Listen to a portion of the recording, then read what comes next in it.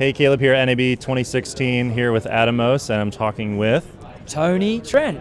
Tony's going to show us what's new with Atomos, their new HDR recorders, the Shoguns, Ninjas, all the new versions. So what's new here at the show? Well, those who don't know Atomos, we make monitor recorders, go on top of any camera, and basically we add ProRes to every camera. Just hit my demo. Add ProRes to any camera, DNX to any camera, and from a monitoring point of view, you get premium monitoring tools and scopes, and now HDR, as you'll see, to any camera. So no matter whether it's a Sony, a Canon, no matter which codec, no matter how small the screen is, how limited the monitoring functions, you can add it all with one device. And that's really what's made us famous and has let us sold over 100,000 units in 5 years. So I've used these as monitors at events. I've used them with Blackmagic cameras that can't record internally and use big monitors to get, focus peaking, waveform, all the stuff I need when I'm recording stuff. I use it with my C100 to get a higher bit rate. So what's HDR? What's new with what's coming out now? Well, HDR stands for high dynamic range. That sounds complicated, but all it is being able to show brighter whites and brighter blacks at the same time. It's redefining what televisions can do. When you see a sunset on a television, nobody goes, oh, because it's so bright. It doesn't feel real. We just accept that that's the brightness range of what television can do. But camera sensors and now flat panel guys are going way beyond what old school CRT brightness standards could do, and that's giving a more realistic image, and it's super exciting as an end user rather than a technology manufacturer to be able to see what HDR can deliver is really exciting. And the good news for all shooters is that anyone that's got a camera with log, they've already got HDR. Log equals HDR. These cameras have all got 12, 14, 15 stops of dynamic range. That is HDR.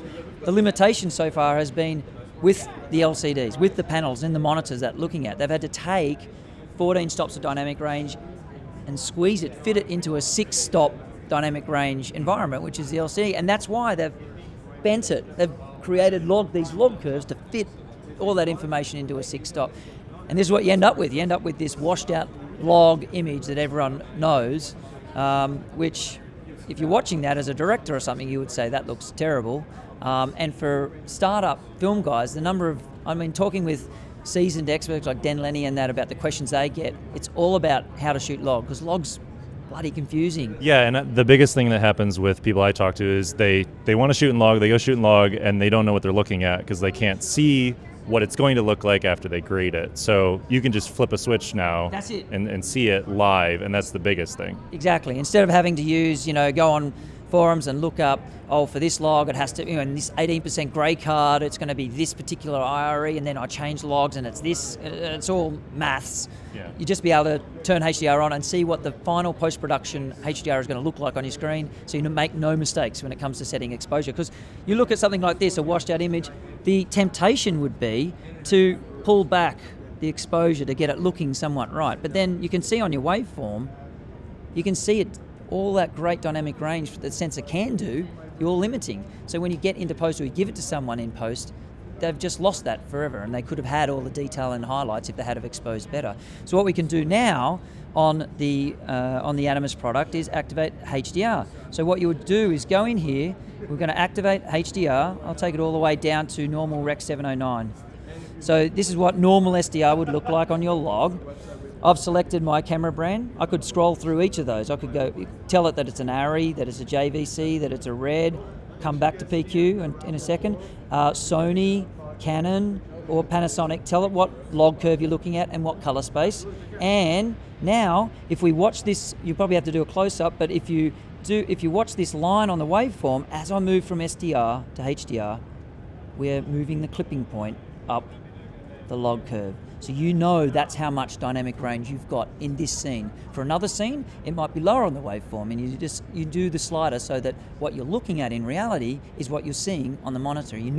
That's what you're going to get finally in post, and you can do your exposure settings and everything, and with confidence that that's it. I'm not going to stuff. And you're recording log still. You're just seeing what it will become later, and someone that's sitting on set that is your client or the director, whoever wants to see what it's going to look like eventually, they're not looking at this washed out muddy thing. That's right, and you're not making mistakes with your exposure. So you're exactly right. We're still recording log, you pull that into post-production, but we've also added in PQ in and out. Now everyone's saying, what the hell is PQ?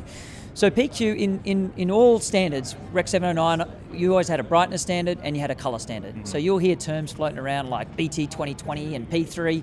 These are all color standards for HDR. The luminance standard is PQ, ST2084, but PQ's nicer to say. So PQ is the standard for luminance, which is what we're talking about here. We're not touching color at all. It's all about our brightness range.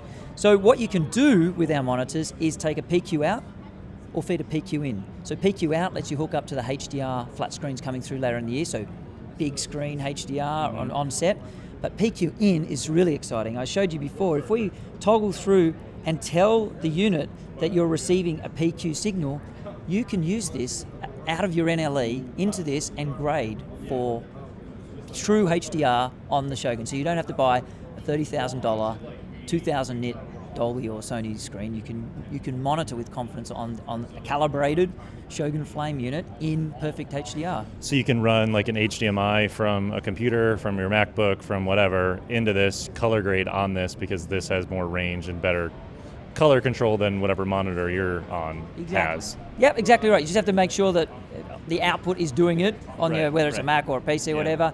And I've seen some people have like little boxes to make sure that it's able to do it. But if you can get a PQ out at the right bit rate into this, you're able to grade using this as well, which is truly exciting. So you can see what we've tried to do is the complication of HDR, people trying to explain it in a complicated way. We've tried to make it easy. We've tried to make it easy in terms of viewing it, either on screen, out to a larger monitor, or grading. And we've tried to make your exposure setting as simple as, if I go back to Panasonic, because that's what we're on, as simple as moving your slider to set where you are perfectly for your particular scene. So setting exposure for HDR as a snack as well, and it's all in really affordable price points. You've got a Ninja Flame at $12.95, which is HDMI only. You've got a Shogun Flame at $16.95, SDI and HDMI, and a Shogun Inferno coming in Q3, which is $19.95, adding higher recording capability, 4K 60p, HD 240p, and quad link on the back. But it's all affordable,